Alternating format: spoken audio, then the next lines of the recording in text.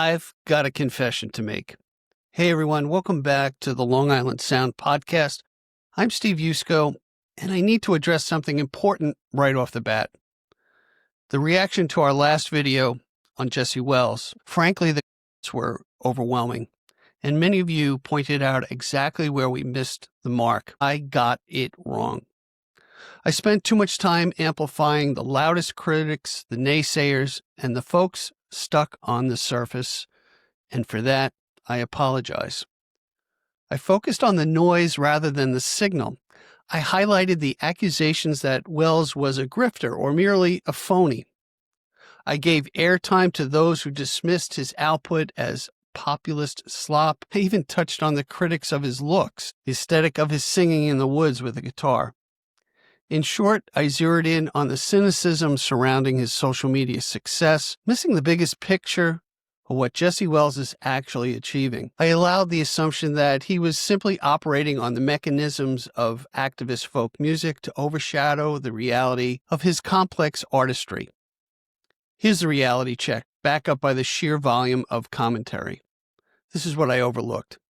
Jesse Wells is described as a pioneer of what's called fast folk, synthesizing current events into incredibly clever, complex, and insightful songs. He is recognized as a profound musical force, often compared to the greats, being called nothing short of Dylan-esque. He has even been described as a modern Woody Guthrie. The volume of his creative output is staggering and unprecedented.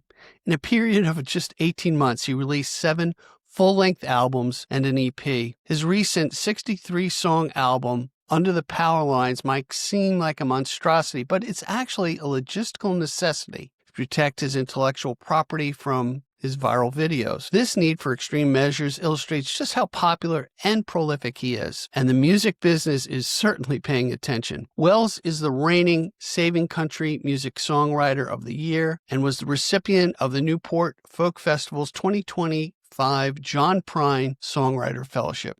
Really a great honor. He earned 4 Grammy nominations for the 2026 awards, including Best Americana Album for Middle and Best Folk Album for Under the Power Lines. He's selling out every live date he posts. He's going to be in New York City this weekend. When you look beyond the short social media videos, his studio work, like the album Middle, it proves that he's just not a one-trick pony.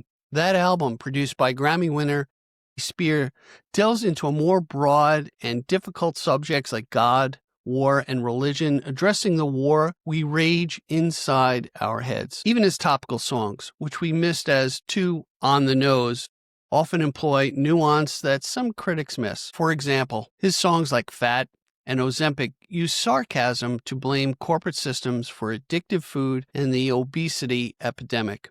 Rather than blaming individuals, he's often hailed as the voice of the poor and the working man. His skill allows him to speak the honest truth without taking sides in the culture war. Look, Jesse Wells is a complex figure who challenges belief systems and conventions. It's completely understandable if folks don't like his music, but it is very clear that he's defining our time, and that being a musician who's not universally loved but appreciated dearly by those who love him is often the fate of topical protesters like Phil Oakes, whom he's been compared to. We shouldn't let our very small but vocal minority in our biases prevent us from seeing his importance. So, here's my promise. I am course correcting. I am throwing out the shallow critiques, and in the next few days, I'm going to air a completely rebuilt, honest deep dive into the segment on Jesse Wells, exploring his career, evolution, prolific writing, and his impact on modern folk and American music. I'm actually going to listen to his catalog. It's going to take a few days, but I have to personally take it into my head and then bring it back out to you with my honest personal opinion. Hey, thanks so much for holding me accountable, and we'll see you soon. Be well.